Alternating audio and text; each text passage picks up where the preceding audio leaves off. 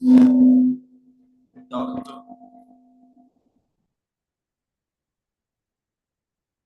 Dr. Laser.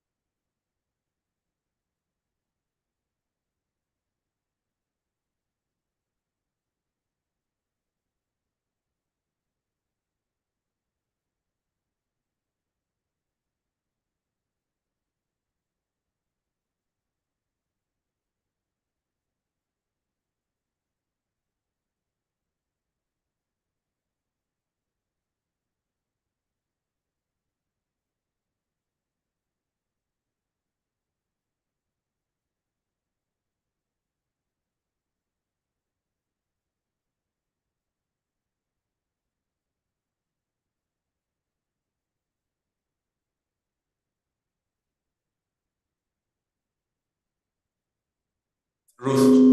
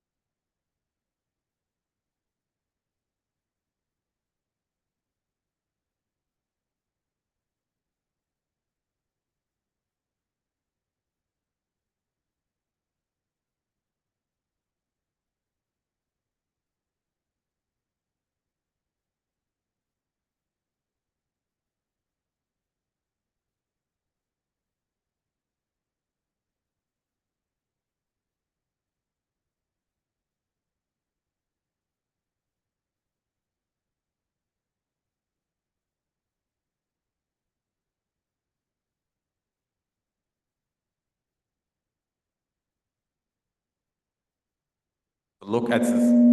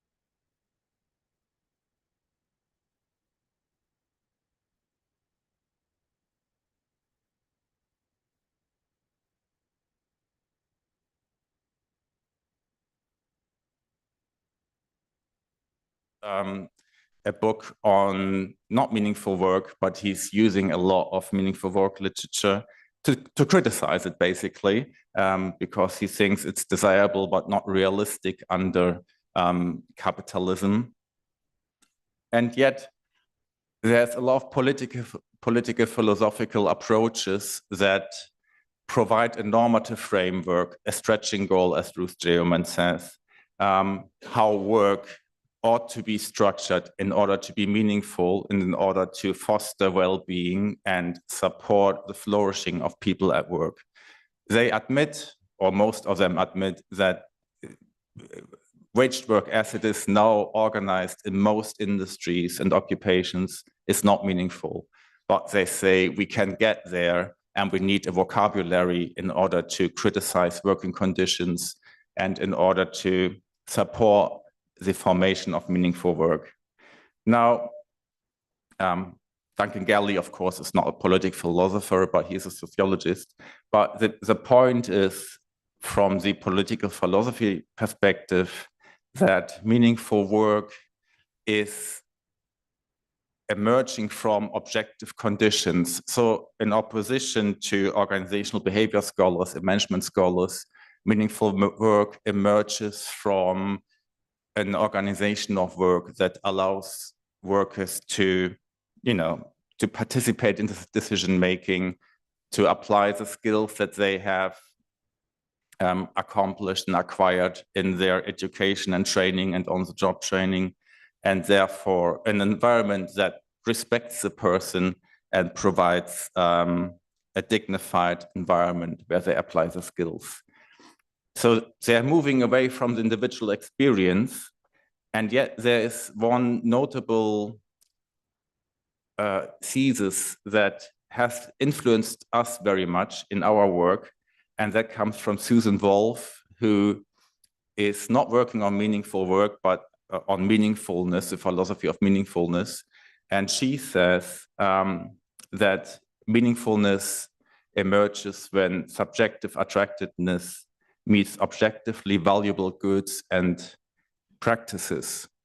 And Ruth Geoman took that up and applied that to meaningful work, but it is an important approach in the way that she's bridging the subjective attractiveness with the objectively valuable goods. And most political philosophers focus on the objectively valuable goods, but not so much the subjective attractiveness. Now, I've pointed already towards some of the paradoxes, so I'm listing them here just again. And one of the most important points for us was that most theories or empirical analysis of meaningful work focus either on the working conditions, so the objective characteristics of meaningful work that is provided by the employer, or on the subjective experience that you experience as a worker, purpose, and you self-actualize yourself at work, and moving away from, the job design. So in that perspective, almost any work can be meaningful as long as the worker experiences as such. Now, we wanted to overcome that divide and develop a framework that features objective and subjective dimensions of meaningful work and investigates their interplay, and to avoid the dualism between meaningful work and meaningless work, because most approaches describe meaningful work, and basically when these conditions are not met, people face meaningless work, but there's nothing in between. And we thought we would like to provide a continuum, but for that we need to have a more dynamic approach to meaningful work. And this is what we tried. And of course, the question always from a sociological and labor process theory approach is also, is meaningful work a product or manipulable by management, or is it something that can be genuinely experienced independent of the power asymmetry at work? So now starts the part where we developed our approach and before we identified dimensions of meaningful work, we wanted to ground our understanding of meaningful work. And I should say, when I say meaningful work, I mean meaningful waged work. So we exclude a non-paid work just for the purpose of having a tighter theory. So in order to theorize meaningful work, we wanted to ground it in a politics of waged work framework that acknowledges that waged work is embedded in social relationships that feature power asymmetries. And the most obvious power asymmetry is between the employer and the employee, the employer being the dominant party in that relationship. And in order to reflect that, we use a politics of working life approach that features labor process theory. I haven't put that all in just because it's not possible in 20 minutes, but that features labor process theory and the theory of Lisgard, who is a Norwegian scholar, and Jan Carlsen, who I worked with, is an expert on Lisgard's sociological theory of the politics of waged work. And to make it short, because I'm sure many of you are quite knowledgeable about the politics of waged work, the key characteristics we characterize waged work to have is that it is insatiable, meaning that the organization is driven by economic interests, and these economic interests overrule often social interests and the personal interests of the worker. Therefore, it is one-sided in the way that efficiency, productivity are pursued, and workers are employed to do the job, but everything else is less important. It may become important when there's labor shortage, as due to demographic change is the case in many countries nowadays. But in most industries and occupations for the past decades, the individual worker doesn't matter. What matters is that they do their job as long as they can, and if not, they're replaced. And I mean, bureaucracy is operating on that basis, as you would know.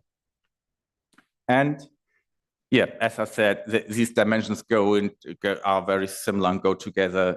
There's an exclusive focus on profit and productivity. Now, that's the employer dimension, which shape waged work. And then there are workers and there are institutions, and as we say, formal corporate agency and informal corporate agency that, as Karl Polanyi would say, form a counter movement in order to protect rights and protect working conditions and improve their conditions that they're working under. And these two parties, so the employer and the workers, their interests clash, but they can they can be compromised, they can be constant at work, as Michael Borroway in his work showed famously. But it's important to acknowledge that, and it's important to investigate it from a conflict-oriented perspective and to understand under what conditions people work, and to understand that the interests are often conflicting. Now, I'm not going too much into the agency theory, but the important part is to understand that workers have agency to reappropriate their working conditions and push back the instrumental approach many employers have to the labor process. And we stress that by saying workers self-organize. And many workplaces, there's this kind of self-organization that might be invisible to the researcher, but become over time visible to when you spend time in the organization. And the self-organization means that workers form interests and establish identities in opposition to the formal organization. So they are pursuing a self-organization to protect themselves and to establish channels where they experience dignity and autonomy and recognition. And by saying that, I'm already hinting at the dimensions of meaningful work we developed against this backdrop. I'm just checking how I'm doing time-wise. Okay, not too well, actually. So we developed meaningful work dimensions, and I just cover that very briefly. We had systematic literature review in the beginning. The first article covered the literature review. We derived dimensions of meaningful work from that and embedded it in the theory of the politics of working life, in critical realism as an ontology that covers agency and structure dynamics, and use social theory for our meaningful work dimensions, as you will see in a second. So the first dimension, now we are getting to the dimensions of meaningful work. The first dimension of meaningful work is autonomy. And now you see that for each dimension, we conceptualize objective and subjective dimensions who operate independently but shape each other.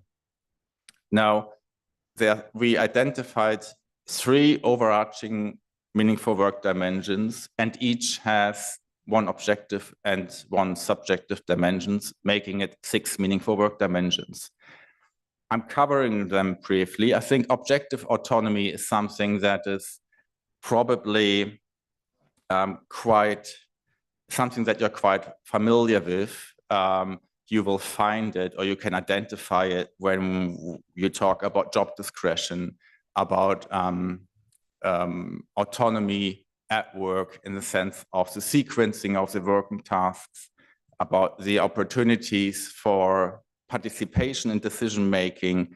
So when workers are not just performing prescribed tasks, but semi-autonomously approach their work based on their skills and lay expertise.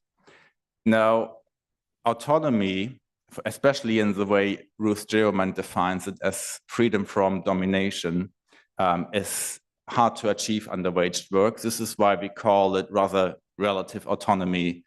You always have, prescription and some form of managerial control, or very explicit forms of managerial control. Now, the subjective dimension of autonomy relates to the self-organization, and that's a common theme in that presentation, because all subjective dimensions refer to the self-organization, that is, workers' co-creation of meaningful work dimensions we consider significant. So, following Margaret Archer, who is the main critical realist whose work we have incorporated, according to her, people have autonomy from biology and society, and have causal powers to modify and reshape both of them to an extent, of course. And in an organization, workers tend to pursue autonomy by developing informal relationships, rituals, rules, how they engage with their work in different ways that might be in opposition, and often are in opposition, to the formal rules, and thereby appropriate their work. That's what we call inward-looking subjective autonomy. And then you have externally oriented autonomy, where we are talking about time wasting, for example, soldiering in workplaces where the objective autonomy is in conflict with the subjective autonomy. And again, you have classic literature on this, like from Stephen Arkwright and Paul Thompson and Burroway and others. Need to speed up a little bit. Second dimension is dignity.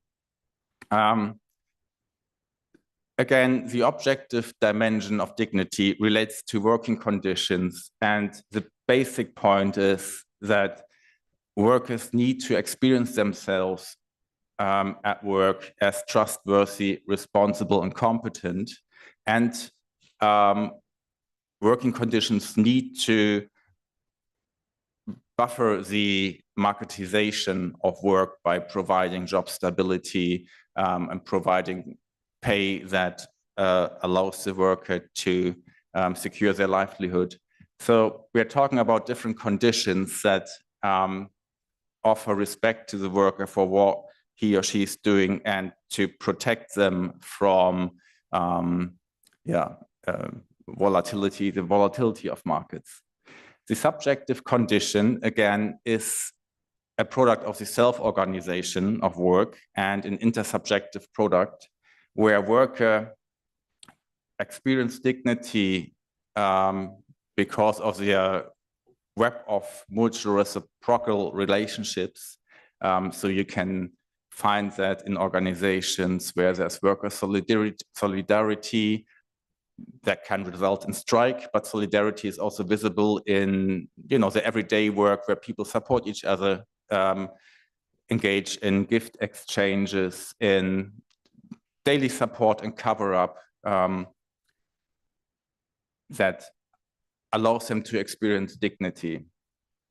It can be, all subjective dimensions can be oppositional, but they can also complement the formal organization.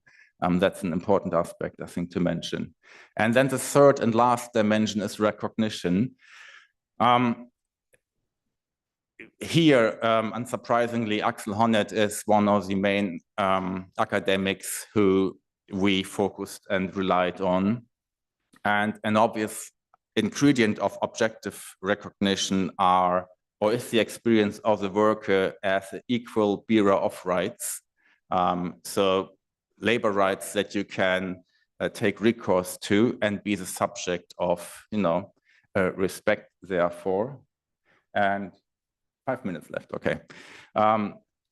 And career or job ladders are also an aspect of objective recognition. I'm now selectively highlighting some aspects because they allow employees to, to grow over time and to have a vertical mobility at work that respects their learning curve and displays gratitude over time. So seniority is an aspect of objective recognition.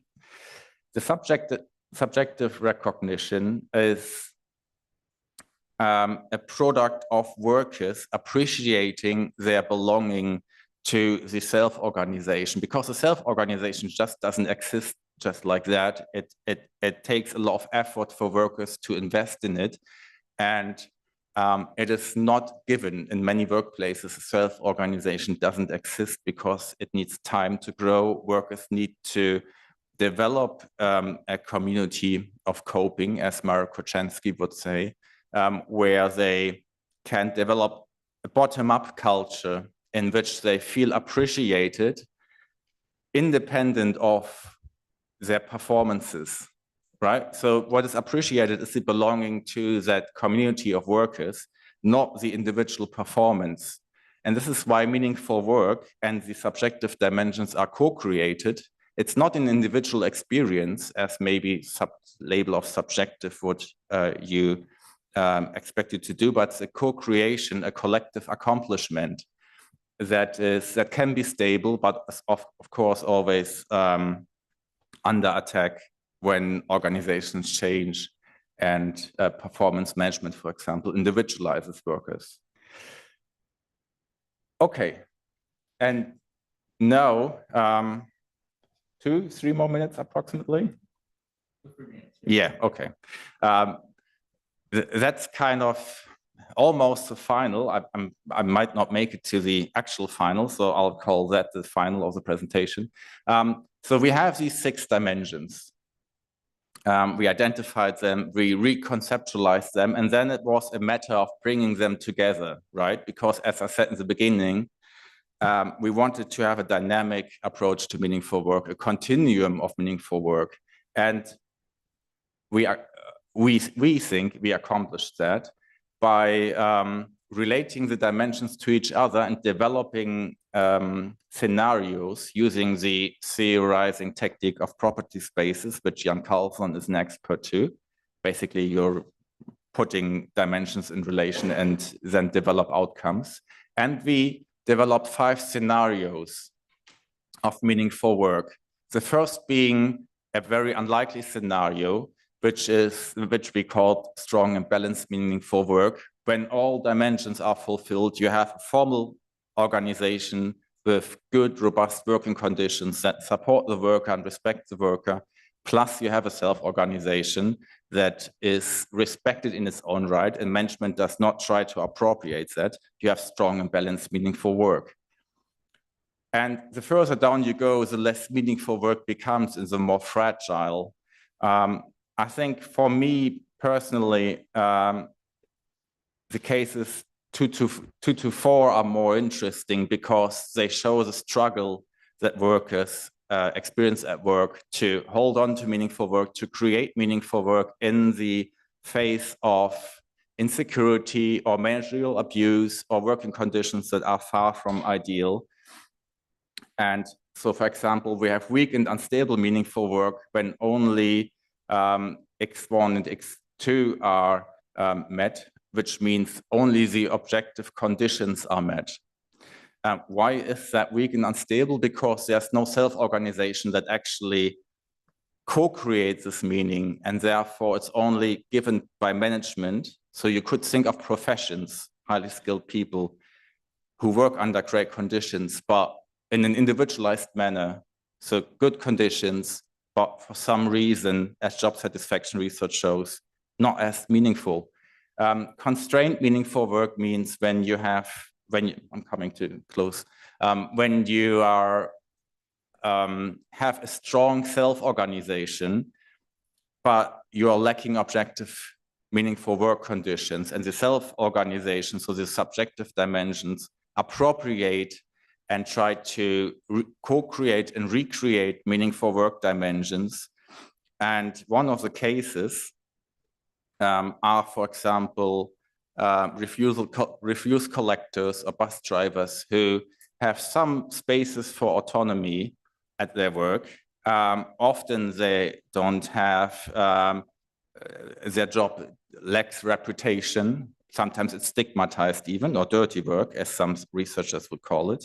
But they have a self-organization, a very strong sense of community that recreates the meaning of work and makes it, lets them to experience their work as meaningful. And this is the kind of addressing the job satisfaction paradox that shows that in many jobs, for example, cleaners, even bus drivers, refuse collectors, they experience their work as more meaningful than in many cases, professionals, accountants, for example. Okay, and then the last dimension, meaningless work, no dimension, is activated in the work environment. People are individualized, and the working conditions are precarious and producing an alienated environment, really. And what I can't cover now is the case studies that we presented in our book, but at least the book is out right now as an ebook. The hard copy comes, I think, in 2 weeks. It should have been with me already, but yeah, I wrote that with Jan Carlson. It's published at Cambridge University Press. It covers the empirical cases and then explains the theory in more detail and covers it in the ontology of stratified reality and so on. And then there are articles, shorter, more compromised, in Work Employment Society with the scenarios I just covered, but without case studies. And then we looked in another article that I wrote with Sharon Bolton at low-skilled work and why low-skilled work is in many cases more meaningful than high-skilled work. And that's it from me. Thank you. Thank you. So listening to your presentation from a different perspective, since this is an interdisciplinary reflection, I was wondering how to use this notion of meaningful and meaningless work in my field, that is the one of labor law. And because we do not use it so much, we use decent work, we use monotonous work, we use different understanding of the problem of work. And it is quite interesting, I think, for us to focus on this dimension, and especially on the dynamic approach that you propose, the continuum between meaningful and meaningless work, and also on the kind of action that you can have, like compromise or conflict. And so trying to put something on the table, but then we have to skip to another presentation. I was wondering if this can help us implementing procedural rights to enable actors to manage these different dimensions that you clearly outlined as proper of the meaningful work, and to have agency for workers' representatives, collective agreements, or even for the individual worker to have a voice in these kind of different dimensions. But I think that it's something I can work on a little bit more for using this very interesting perspective in our field. I think it's something that other in this room can do. So we have to go to the next presentation by Professor Valeria Pulignano. And okay, so perfect. So I leave the floor to Professor Pulignano with her speech. How does the study of the meanings of unpaid labor help to understand inequality in precarious work? Perfect.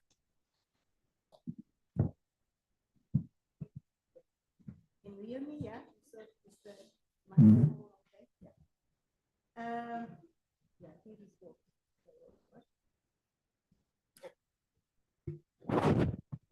Okay, yeah.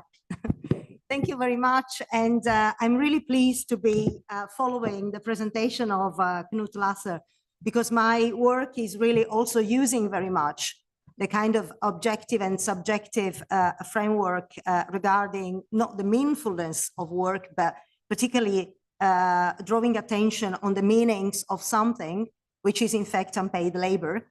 And as has been said also by Emanuele before, what I'm going to present here is just a part of a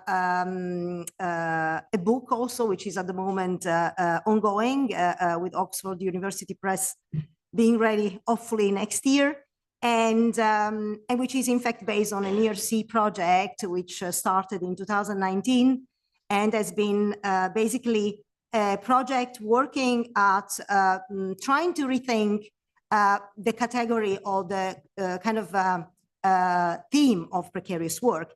And I have to say something here before I go into the unpaid labor stuff, that when we started to look at precarious work through unpaid labor here defined as being work which people undertakes, tasks that people do as part of their own job characteristics, but which for whatever kind of reasons they don't get paid for, or they get actually paid at the end less than what they should be paid for.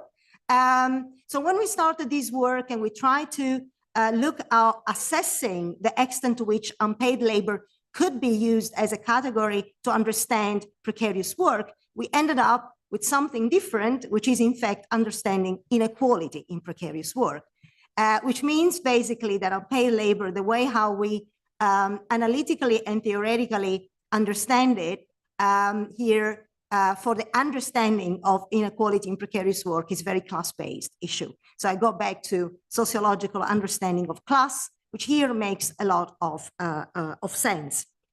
Now, let me say that, so what we have been trying to do here, the project overall has two main, I would say, parts. One is the qualitative part, and then we are now at the moment working on the quantitative, because we have been doing our qualitative analysis, theorizing, in fact, unpaid labor, particularly focusing on the centrality of the meanings, and so the significance that people attribute, the motivation, why do they engage in this unpaid labor in their own job. And here, particularly, as I said, this is work, particularly labor time. that people use to undertake this kind of task. So it's a bit different from what, for example, in the opening plenary session, Valerio De Stefano was talking about. He was referring to this heteromation idea of linked to unpaid. So the work done by consumers who are taking actually activities which previously were done by workers, which could fit into a logic of outsourcing, I would say, ideally. But what we understand as unpaid labor is something a bit different. It's really something which also legally speaking might make sense because it's a part of wage theft or income theft in one way or another. And as I said, I mean, we found a lot of class-based story in theorizing how this helps us understanding inequality in precarious work. We theorized the kind of idea of unpaid labor in precarious work, and I will try to do that by advancing some sort of adaptations that we see might be relevant for the literature on precarious work to take on board, to understand what precarious work is about, and the extent to which unpaid labor, in fact, create precarious work, because in fact what we saw is that unpaid labor can be a resource and can be meaningful for people and is valued by people in a kind of really fulfilling kind of purposive way. So not necessarily, can lead to precarious work, as well as precarious work is not automatically related to unpaid labor. But the extent to which these two categories, they kind of fit with one another is in fact, by delivering something which is class-based and unequal. And we use theories here of the ideal worker norm, stigma, and resilience to try to make sense of all these. And particularly what I will try also to do here today, if I have the time, I know we are running out of time, I will present some empirical results of our research, which is based on the creative sector. We looked at different subsectors in the creative industries, but what I will present today here is related to dance in two different institutional contexts, which is Sweden and Holland, and care, residential care in UK and in Germany. And we used, as I said, very much, I would say, this contextualized dimension when looking at the objective characteristic of these meanings, because it's there that then we see a lot of importance also the labor market they play in kind of creating resilience for people, resistance vis-a-vis, or resilience really vis-a-vis the unpaid labor that they do. And this is where also inequality comes through. So adaptations. Why do we need adaptation, and do we really need some sort of an adaptation in research on precarious work? Well, let me start from this first, which actually tackles to the theoretical puzzle where I started from when I was writing also my proposal of ARC grant. So the idea of looking at re-theorizing or re-looking at precarious work in the light of unpaid labor, I think is quite interesting in the sense that the literature on precarious work, sociologically, employment, industrial relations, widespread, has been always focusing on work inside the market, with a lot of very few attention on the implication of all these for what is unpaid work outside the market. Well, there is some literature, of course, on social and reproductive labor, but the kind of attention on what we understand as unpaid labor time in paid employment, and linking it also with socially reproductive labor, making sense of what does it mean for precarity, is really not very much tackled. So there is an attention, in fact, to link this unpaid labor inside the market in terms of unpaid labor time to precarious work. There is in sociology and in labor law studies attention on this category of wage theft, as I said before. This is the way how unpaid labor is presented. And there is also interesting work done in logistics, particularly in parceling, by Sean Moore and Kirsten Newsome, trying to link, in fact, unpaid labor to precarious work, or at least saying, listen, unpaid labor is an important dimension of precarious work. But why this is the case? What are the kind of processes, power dynamics, which in fact create all these, which explain the conditions of, I would say, really exploitations which trigger unpaid labors. This is something is very few investigated. So I think there is still interest of understanding whether how unpaid labor entails precarious work, whether how precarious work automatically, as I said, unfolds from this unpaid labor, because this is not automatically and deterministically done, and also what is the role of unpaid labor, particularly social and reproductive labor, vis-a-vis unpaid labor in paid employment contributing to precarity. So trying to rethink the interconnection or interdependencies, I would say, between these different categories of unpaid labor and precarious work. So this goes to the core, and I think this is also something that in this conference, as I've attended so far, comes very much to the fore. So relooking at this idea of work. What is work? Well, if we look at work in this context where all these interdependencies are configured and they get reconfigured because of change happening there in institutional setting, regulatory setting, labor market setting, then work becomes, to me, an important relational category. So work needs to be looked relationally. And this relational aspect is something we need to pay attention to. And therefore comes back the idea of the continuum. Very much already present, I would say, in the sociology of work.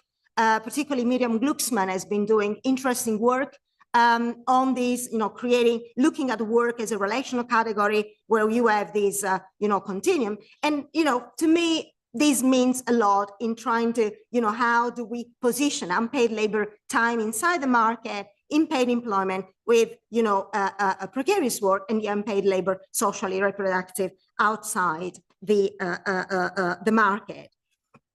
Now, as I said, again, what the theoretical exercise that I've been trying to do tries to do is, as I said, to look at the processes. So how can we explain, whether and how unpaid labor accounts for precarity, inequality as it comes in precarity. And here we use the ideal worker norm and stigma to assess that. And then the second question is to say, okay, but, how are people doing this unpaid labor, perhaps, under these kind of processes? Are they benefiting? Are they able to escape? Are they able to mitigate the effects of unpaid labor? And here comes the idea of resilience. And there, resilience are resources, socially reproductive labor in families is an important resource, which you see matters more and more in contexts where welfare state have been retreating from their own main purpose, and institutions, industrial relations, since the last decades have been actually watering down. Now a bit of revitalization, but still there are a lot of problems. And also economic income, properties of people can rely upon, and institutions, again, labor market, which matters a lot. Now, I don't know whether I have the time to go into these debates, but I just want to say very quickly that, as I said before, unpaid labor is very much known when people think about, okay, unpaid labor, this is socially reproductive labor, particularly when we look from a sociological perspective. We all know that, Marxist debate have been, presenting it in this kind of dichotomy between productive and unproductive labor. But this dichotomy de facto has been also overcome by the same neo-Marxist, I would say. Feminist studies have been doing this and have been doing a quite interesting job. And Polanyi work on the embeddedness and the embeddedness of the market and economy. I think the society and the market and society, I think is quite an illustration of these. When in fact we think about labor being not a commodity, what is this about is also kind of overcoming, although not directly, but to me indirectly, the kind of dichotomy within productive and unproductive work. But nevertheless, we also do know that there is in employment, particularly studies, labor studies, industrial relation studies, from an economic and sociological perspective, there's been a lot of work done on addressing the issue of unpaid labor in paid work, particularly the work on flexible employment organization, the fissuring of the workplaces, and employers' use of insecure, non-standard employment contract, I think tells a lot also in terms of, has a lot of implication for thinking about unpaid labor. And we have a lot of also studies, empirical studies really, pointing to the nature of what this unpaid labor is about. It's traveling time in care work, is about networking, in creative work, is about developmental time in architects' work. At the end, for labor, legal scholar point of view, but also industrial employment relations point of view, these linked into what Sean Moore and Kirsten Newsom, they talk about when they talk about how unpaid labor contributes. How can we see it as a dimension of precarious work? Well, unpaid labor is a dimension of precarious work, unpaid labor time, because unpaid labor is the kind of, they say, from a Marxist perspective, unproductive labor time, the kind of, in Italian we say, lavoro morto in a sense. So that kind of labor which is removed from the remit of paid labor, which capitalists should pay, but they don't. How this is possible? It's possible because of, going around the scene, for example, reconfiguring or thinking about new self-employment forms, solo self-employment particularly, is an illustration of how this unpaid labor occurs. But also in independent employment, there is a lot of that, in the sense that if we look, for example, at contractual forms of employment, dependent employment, where there is no guarantee of minimum working hours, there you find a lot of these unpaid labor coming through. And here comes to the theoretical adaptation, perhaps I want to propose before I go into some illustration, and comes the idea of the meanings as far. So we have been asking how does unpaid labor entail precarious work? We have been looking at these meanings and very much, digging into the issues that Knut presented before. So how workers understand their work? How do they understand? We have been asking them, why do you do that? How do you understand it? It is meaningful for you. And a lot said, yes, it's meaningful for me. And they attribute different significance to this kind of work. This is value, okay? That's what I want to say. Is achieved individually, but is achieved in a social relationship. So comes back the idea of work being seen in a kind of relational perspective. And therefore, these meanings need to be understood. The significance of the value of unpaid labor needs to be understood in this kind of relationship, framed in context, as we said, also for our institutional labor market context, activities and encounters at work that are of great significance to the individual.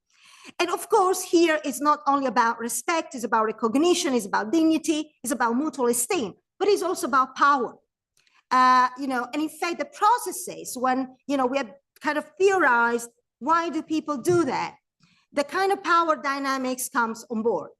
So, and here we use, in fact, stigma. Stigma is, from a sociological perspective, when people think about stigma, they think about Goffman, which in fact early theorized the social norms attributing to the concept of stigma. So the understanding of Goffman of stigma is that stigma relies on an appreciation of a social norm, which resonates the social roles in place in a given setting as implicitly understood on the basis of the role individuals are supposed to play therein. And here Goffman used the word, in fact, says stigma comes from a lack of fit between an ideal, for us the ideal norm, and which is the virtual identity, and an actual identity, which is exactly what people then do. It's a bit really into this subjective, objective scenario, which in fact, and it's there that stigma is generated. Now, I want also to say here, in sociology of culture, cultural sociology, I think that one of the sociologists who has been also very much active on capturing this is Michel Lamot. The notion of the disciplined self of Lamot reiterates very much this aspect. Now, what I want to say, I don't want to go into, there is a lot to say about the dirty work and so forth, but what I want to say here is that what we did, so we recasted stigma as a disciplining power, I would say, tool, which generates penalties and rewards and which serves class interests and intersects employment and business organizational structures. So what actually comes out of our inductive qualitative analysis is that workers undertake unpaid labor to adhere to this ideal norm because they wish to achieve certain thing, recognition, have dignity. They attribute a lot of value to their own work, but also they actually want to avoid to be punished if they don't do it. So the consequences of it in the specific sectoral context in which they operate, by being disrespected, for example, being discredited, and eventually feeling ashamed. And of course, workers also, as I said, they do it because they dream, they hope. There is this literature now in sociology and organizational studies on the labor, the hope of labor. And so people really hope to achieve certain outcomes. So this kind of hope comes very much aligned with the rewarding element of the unpaid labor that people do, they want to do because they want to be rewarded in the future. Whether they achieve that reward is another question. And there is a very, as I said, class-based issue. Now, let me give some kind of illustration. Now, what we have been trying to do in our study, as I said, is to contextualize very much the sector we have been studying. Now, I will present here a little bit about the creative and the care. I will not have the time to present the gig. We did also study on the platform economy. We have been doing a lot of work with freelancing in different countries. And, you know, there is also an interesting story which comes on board, very much aligned to that anyhow. So the contextualization here, what is this about? So the contextualization is here the labor market. In creative, we know that there has been, in these two countries particularly, we've been looking at Holland and Sweden, a different extent, shifting from public to private funds. So organization, creative, dance organization actually are more and more private and less public funded.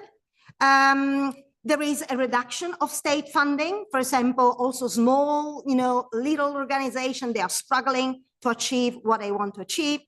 And this, of course, also kind of had an implication, an impact on the nature of the contracts, which are offered in the industry, reduction in the length of the form of contract, and also, of course, a lot of increase in the so-called form of independent freelancing or project work. These people work on projects as, you know, self-employed or independent freelancers in a context of market which is increasingly competitive.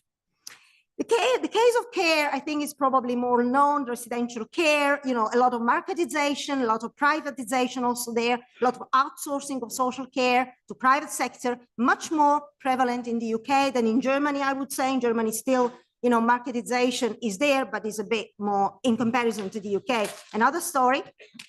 And, you know, we see a lot of also these reflected in the numbers, which I'm not gonna tell, they are just put in there. Now, what does it mean? What the people have been telling us? Well, and what does this mean for them? So what we have been actually reconstructing from the meanings of these people is that they do in fact unpaid labor because they want to respond to an ideal norm. So comes back the Goffman idea of the ideal dancer there, the ideal carer. What is this about? It's about sacrificing yourself for something, the sake of the art, as Bourdieu was talking about, or the sake of the others in care. And this is also very much recalled, as you see here in some, I just wrote some little quotes which give a lot of illustration of that. Care talking about, it's not my job, it's my calling. It's not only me telling that, it's the nature of vocational, with a lot of scholars working on care have been you know, kind of pointing to. And also, I don't think anyone does care work for the money. So this, again, vocational. And also the dancer talking about art. For them, it's art that you need to sacrifice for. You need to go for it. If you go for it, probably you will achieve something. Others no. Now, these kind of ideal, this ideal carer, ideal dancer, come from in the motivation, the meanings of unpaid labor. What do you do that? And why do you engage in unpaid labor? And here, people have been, and this was quite interesting for us, despite the differences of care vis-a-vis dance, we saw a lot of alliances in the motivations these people were telling to us. They were talking about why do they do that? What does it mean for them? It means, for example, to have permanent availability, having the body ready to dance, whatever, at any time. Or, for example, permanent availability in care is about being available, always available for the others that you love and they love you. So, you have to be, and they need you, of course. Striving for perfection. In care, I would say this is much more probably important now. We have been doing our study during the period of COVID, I have to say. So it was really, this striving for perfection was really exacerbated, but we found a lot of moral pressure, in fact, on the carers, trying to deliver the best possible care. Subordination, people feel subordination, never say no, never do something which, can upset others. And also permanent competition, which in the case of care comes as permanent turnover. If I don't do that, there is somebody else who can do it there. It is also very much related to the shortage of labor that in care you can see very much to the fore. Now, this comes the idea of the stigma. So, you do it because, of course, the others need you. You need to do it because if you don't do it, as this dancer says, they will never cuss me again. So there is this kind of punishment idea behind it, but there is also the rewarding idea as well. So I want to, achieve what I feel and my job should do. And another thing I want to say here, I go a bit, fast because I don't have the time. There is this kind of pressure. I talked about the care is the moral pressure. In creative is more the artistic kind of pressure. And there comes the pressure, I would say, coming through what we see being the class element. Okay. Which is in the case of creative, comes through this idea of the prestige. So dance is a prestige story, is a prestige work. Society value, if I will become a good dancer, this is completely different from care, where, people tend, apart the COVID period where everybody was, kind of trying to look at this work as being essential and important, but I don't know what this will be followed up with, but nevertheless. So you see a very prestige story in creative, which is also related to the fact that, people see the job being very prestigious. At the same time, they look at their own family background who supports them, being the kind of element for showing up also prestige. In other words, here comes very much the idea of Weber of the a social status and prestige in terms of ascribed in the kind of stratified and stratification of the family and the heritage, something that you get it from your parents, and which in that case are supporting you to go through this kind of situation of unpaid. In the care is more much gendered because this is care is something that women normally do. So it's really kind of reflected through this kind of gender status. Theoretical adaptation too is about how do we now link this kind of stigma, punishment, rewarding element, explaining why people do it with, what do people get out of it? And how do they kind of interface with this unpaid labor? And here gets the idea of how precarity unfolds from from unpaid labor. We found a lot of complexity. To be very short, to cut this story very short, we see a kind of no binary relationship between unpaid labor and precarity in dance. And we see a binary relationship between unpaid labor and precarity. What does it mean? It means that whereas in dance, if you do unpaid and you have the right resources to support you, you actually are able to mitigate the effect of unpaid and get probably there once when you want to get to. In care, this is much more problematic. Precarity comes automatically, more automatically from the unpaid labor that you do. And this is very much to do with class-based. In care, these women are mainly, particularly in the UK, working class women, where, also they are stuck, and there is this gendered, I would say, also story out of it. This is not the same case of dance. But what makes also the class-based story much more evident is when we go and look at the not only socioeconomic resources people rely on, the family resources people rely on, but also when we look at the institutional resources and labor market resources. And this is where I want to get, perhaps.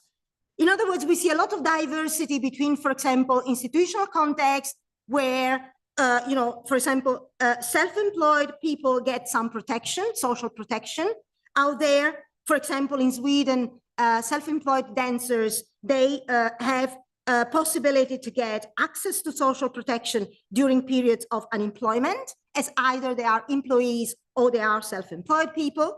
So they get this kind of state-based funded organization also where they can get to, and they benefit of that.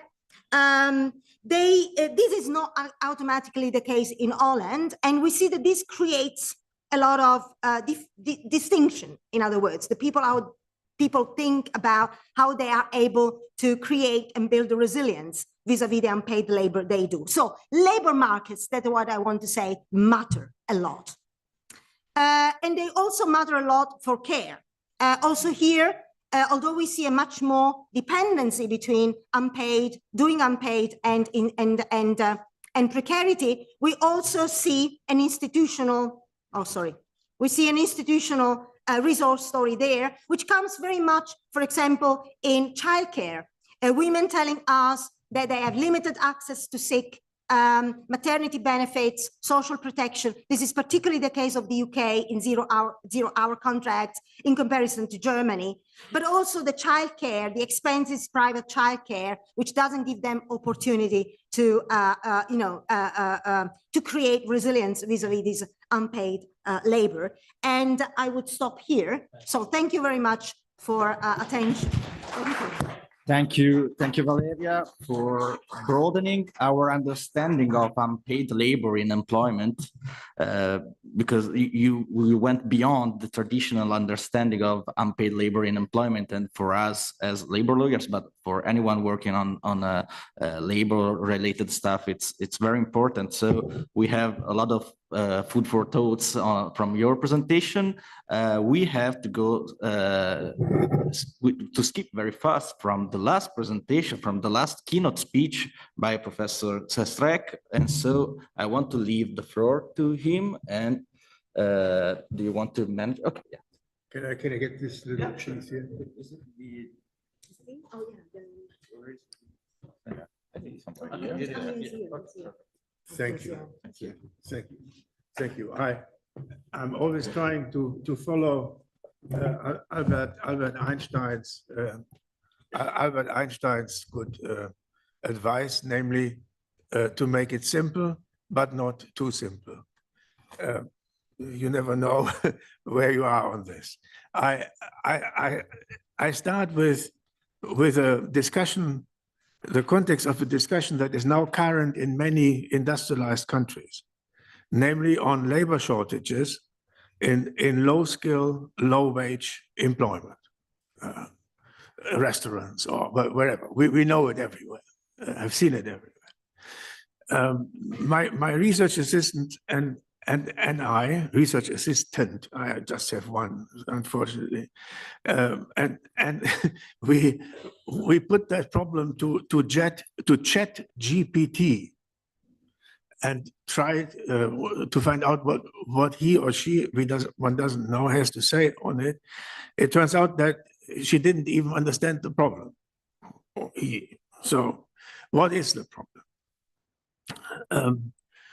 One explanation that employers have for the undersupply at the low end of the labor market is that social benefits have increased and become so close to the basic economic needs that people have that they motivate people to adjust their economic wants to the politically determined level of social subsistence, politically determined by the level of, social assistance.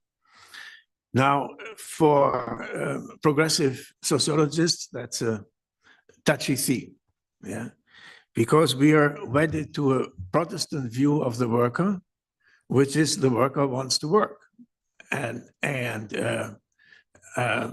whereas I have come to the conclusion that while I'm personally known as a workaholic, I think that the natural condition of the human being is he or she is lazy. So we'll see how we manage this. In any case, looking at this public policy problem, employers have a solution to it: lower the level of social subsistence. Then the difference between the low wages that we are paying and what you get from the state increases. What you get from the state falls below the level of economic need, and therefore people will come back and work, let's say, at a restaurant until 12 o'clock in the evening. Trade unions have a different solution: raise the wage. That also raises the difference, and that makes it happy for workers to return to the labor market. Now, then take our political parties, those that specialize in social policy. Their idea is basically that they think that people want to work, and even where social assistance reaches the level of a low wage, that will not disturb them from going to work for whatever reason, partly also because they think they don't want to be seen as lazy. Let's call it the Protestant work ethic for all. You see, this is becoming ever more complicated the deeper you look into it. I'm dealing here with a complex relationship between economic needs, social wants, and the wage paid for dependent work at the lower end of the labor market. A relationship, I argue, that has changed over the centuries in very significant ways, and that also differs between countries. Sorry, no, I'll do that. Yeah, if I may. What was I saying? It is different. There are differences, and we're operating here around the phenomenon that economists have for some time known as what they call the inverse labor supply curve, with many different, which takes many different expressions at the level of observable phenomena. But essentially the core is this. We're talking about a point or an area in which labor behaves fundamentally unlike any other commodity.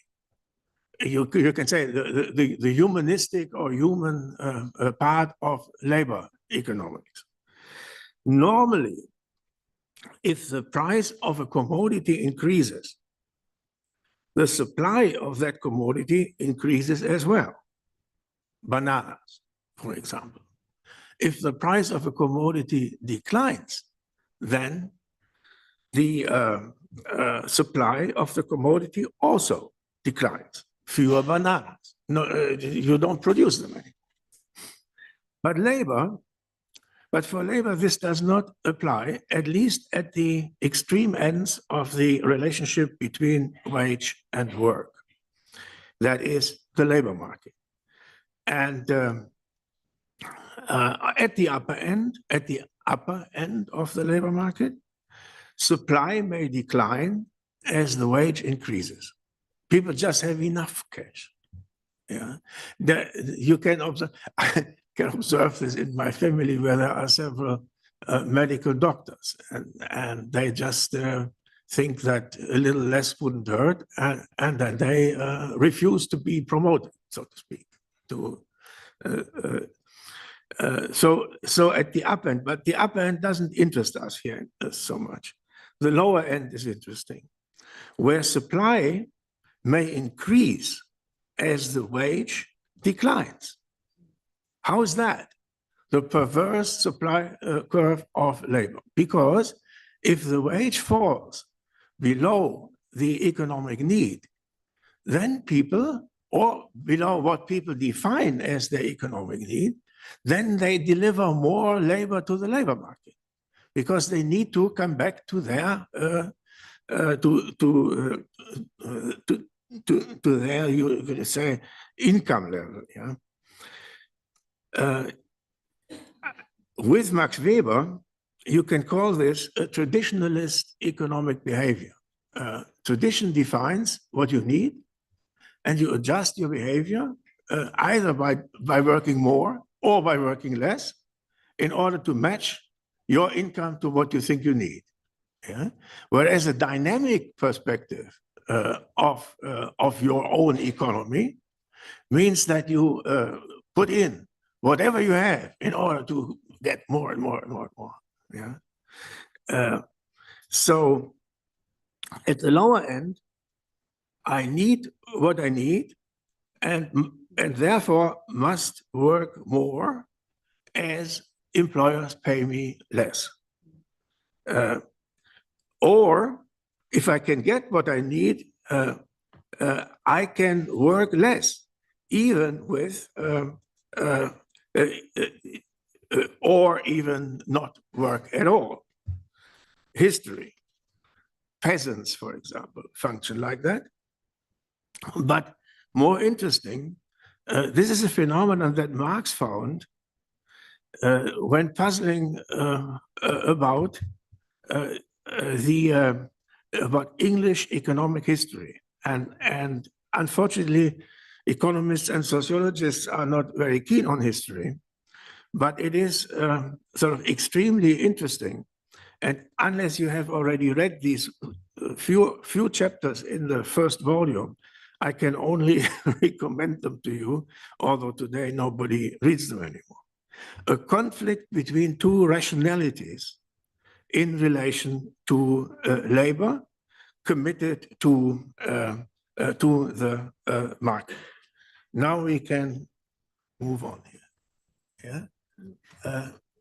What Marx finds in the early Middle Ages was a situation where at the end of the Black Death in England, the wages, the early employers had to pay for their workers were higher than before. There was, in fact, a particular an observable increase in the wage, as a result of which, unlike what the emerging economic theory would expect, there was not more labor supply, but less.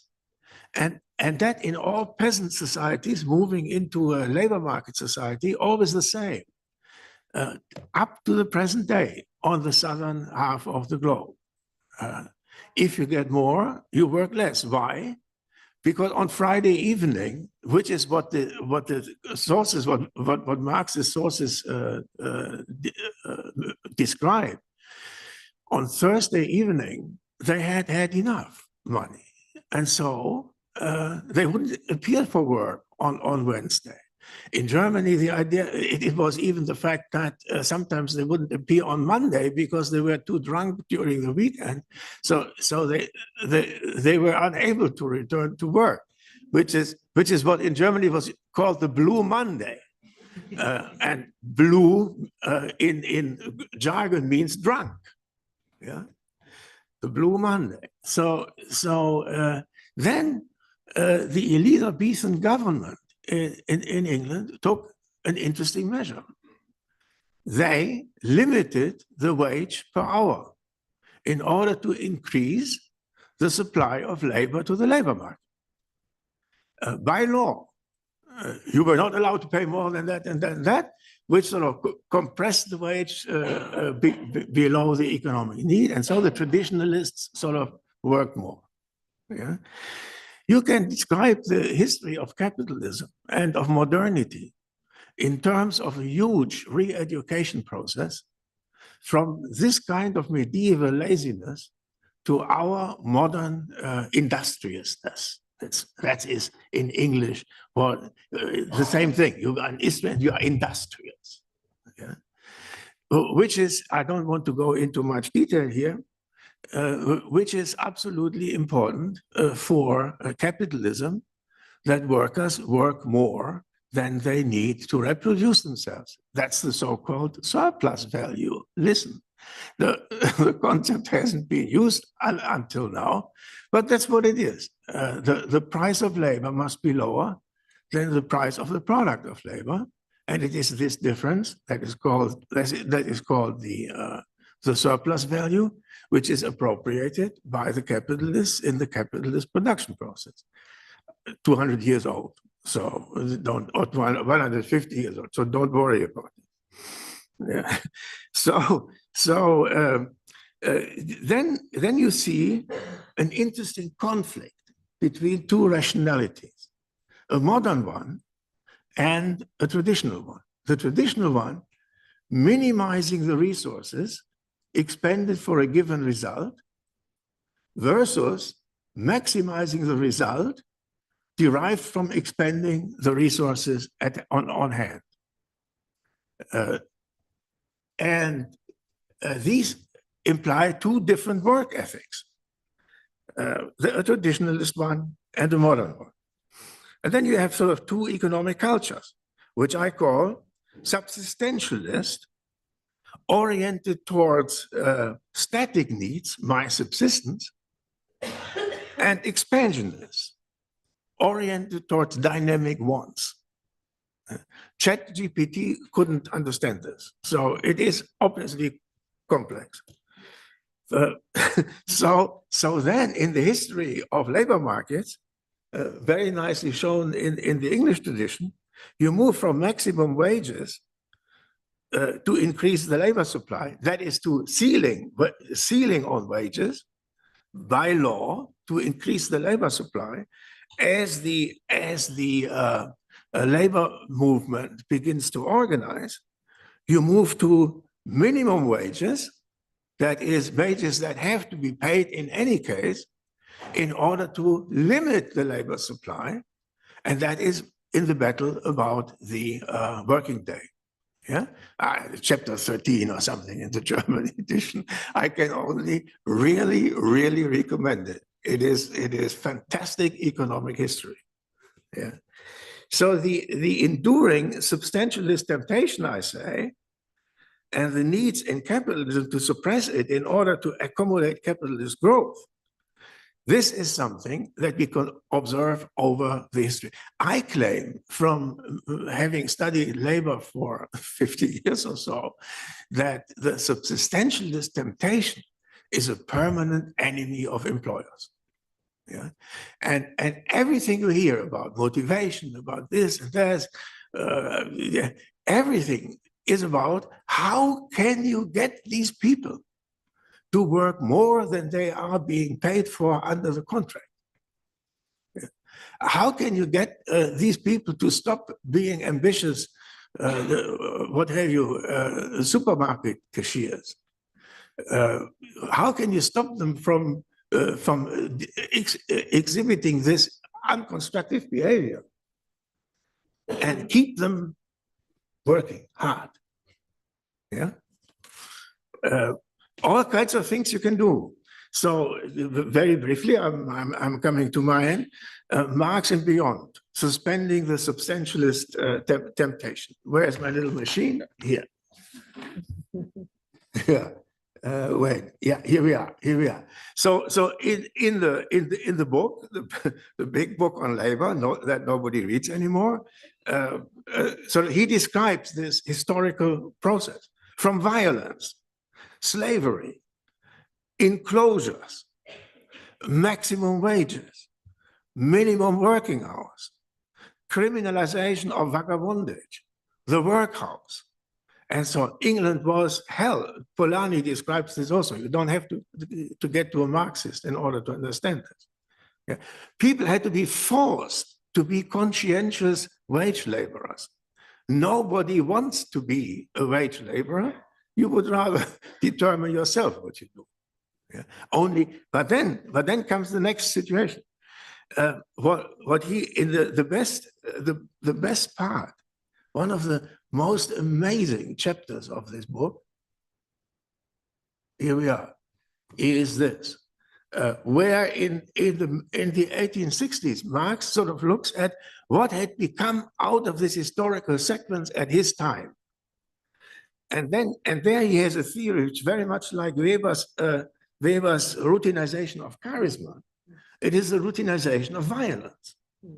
Yeah, routinization in the sense that he says the advance of capitalist production develops a working class, which by education, tradition, habit, now tradition, looks upon the conditions of that mode of production as self-evident laws of nature. The organization of the capitalist process of production, once fully developed, breaks down all resistance. The dull compulsion of economic relations completes the subjection of the laborer to the capitalist. Direct force, outside economic conditions, is of course still used, but only exceptionally. In the ordinary run of things, the laborer can be left to the natural laws of production. That is his dependency on capital, a dependence springing from and guaranteed in perpetuity by the conditions of production themselves. This was 1867, note, and Marx was the least to would not have recognized that history continues even when he dies. Yeah, some people think history ends when they die. Not in this case. So, in labor history, we can now construct a sequence.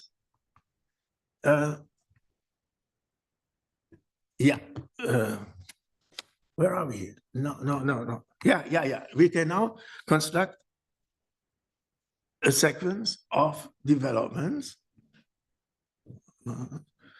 Well, yeah. Did have a little more here. Yeah, that's the way. We honor work as duty. Honor is an enormous political force. You want to be respected by others. If you live in a workaholic society, so to speak, or a resource maximizing society, or at least one that pretends to be resource maximizing, because in everyday life, we always find sort of ways of escaping from that pressure. If you live in this kind of world, then it is very, very hard to conceive of work not as of duty. Yeah, and the moment you begin to do that, your employer begins to love you. Yeah, this is when the employer says, "My God, what a woman! She's been sitting here at the cashier, in the supermarket, and she's so diligent. And even in the evening, she hangs on for half an hour to clean up the space in front of her cashier." Yeah, a model employee. Yeah. You see the surplus value sort of looking at you out of this description. Yeah. Then yes, but it didn't end there. You see. Then came trade unions, the welfare state, promises of full employment and a rising standard of living. These were sort of the post-war settlement after 1945, the sort of welfare state. That was combined with this promise that if you continue to work hard in your present job, there will be a wage increase of, let's say, 5% every year, and social security levels will increase, and life will be better for your children, and your children will at least go to university. And this kind of promise was inherent in the social contract of these post-war societies with very high economic growth. All of these conditional on the growth of the economy, and trade unions understood this. So they became productivist and all of this. They even admonished their members to continue to be good employees on condition that they, I mean, on condition that they, the employers, delivered on working conditions and wages and continuous increase in life. Then, of course, that was not the only pull factor. Another one was consumerism, rising consumption norms, beginning in the 1930s in the United States. There's enormous literature on this, how advertisement, also manufacturers, product obsolescence, innovation, sort of set a moving target for replace needs with wants. Yeah, I could now drive a normal Volkswagen every day, but I wouldn't. I now drive this sort of very fancy Volkswagen of today, which does all sorts of things. But in the 1970s, my Volkswagen also got me wherever I wanted. Yeah, yeah, and then austerity. Austerity sort of works. Works very nicely, not only, I must say, under neoliberalism. In the 1970s, wages in the United States, real wages began to stagnate. 70s, 80s, didn't increase much. But since the consumption norms increased, sort of families delivered more labor to the labor market. The labor market, the growing, declining wages or stagnant wages led to increased participation in the labor market because women now went into the labor market. The sort of Fordist family dissolved because you had to sell more labor power. Today, I just want to add this financialization, consumer credit, debt bond. If you have your house to pay off, you probably have to continue to work and to be a good employee. So I'm coming to my conclusion. Where are we here? Austerity, financialization. Today, a declining labor supply indicating a neo-subsistentialist turn, question mark. So present shortages may be a result of a revolution of declining expectations. Nobody expects a better future anymore for themselves nor for the next generation. In fact, we are being told that the era of growth is over and that we now have to be more modest. Very bad for the labor supply. Then a shifting wage effort bar. What we are being told is that more effort is required for a constant wage. That output maximization leading to smaller output than in the past. The normal story in labor markets and in employment relationships. Expanded income maintenance programs during the COVID crisis, a de facto guaranteed basic income, Bürgergeld, it's sometimes called, and the relative reliability compared to markets of social policy under democratic politics. It is sort of, the markets fluctuate, but once you have found that if enough yellow vests go into the streets, and the state will then send you another check, then you may see that you could finance your subsistence differently. Very important now, a downward adjustment of wants to the level of politically defined needs after the experience during the crisis of the wages of non-work, and a declining collectivistic sense of honor and duty in a rational choice individualistic theory. I agree, all of these are very sort of grandiose suspicions. They are not more than that.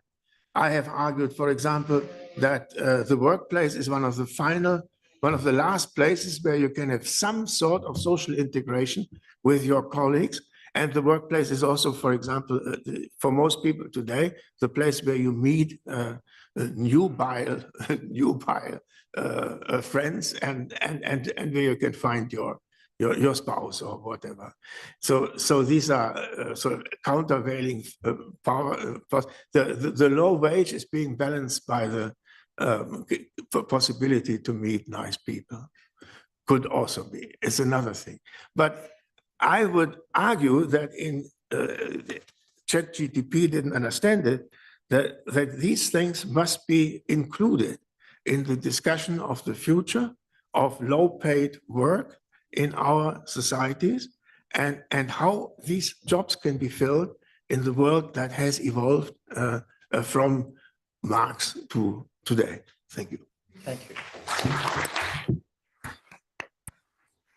you. Thank you, Professor, for this evolutionary tale of capitalism and labor that lead us from the starting point to the current labor shortages and the changing expectations for persons from labor and from work. I think that we all had a lot to think about in the following days. We will have also interviews with our speakers. So unfortunately, we do not have the time to have a little debate now, but I ask Margarita if she wants to join me for the final greetings and for thanking you all. So thank you to our speakers for this brilliant panel and for being with us.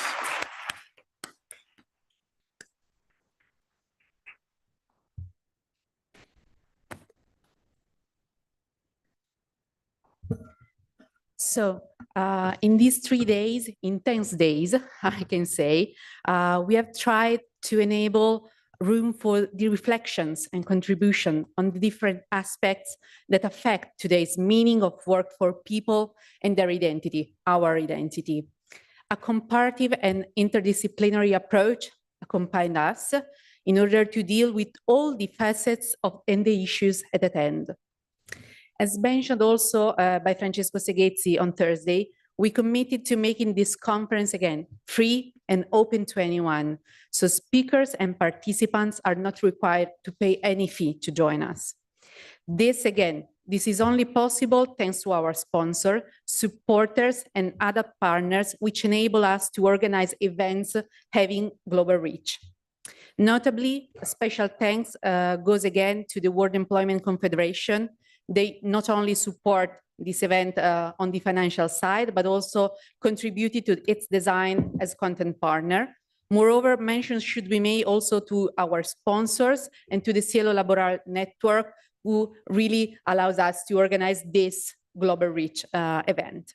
Last but not least, mention should also be made to the organizations and institutions that have granted patronage to this event. You can see them showed in all the visuals and pictures created for this event. And thanks to Lavinia Serrani for all the visual identity created for this conference. It was a huge effort, so my personal thanks to you.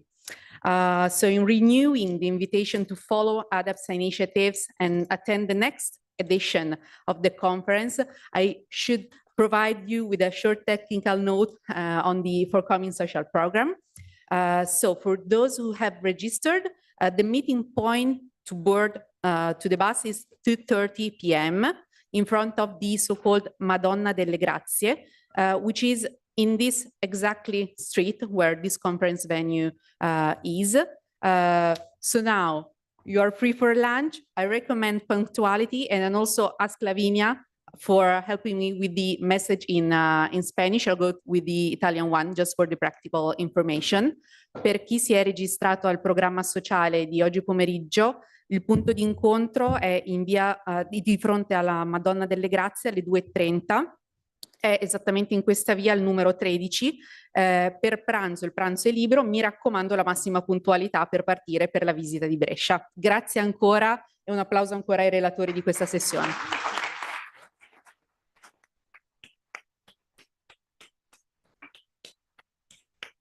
Sí, simplemente en español, la cita es a las 2:30 enfrente de la iglesia Santa María de las Grazie, que es en esta misma calle. Y nada, quiero también yo agradecer a todos los participantes en este congreso, por supuesto Margarita por su organización excepcional y gracias a todos por participar también este año. Gracias.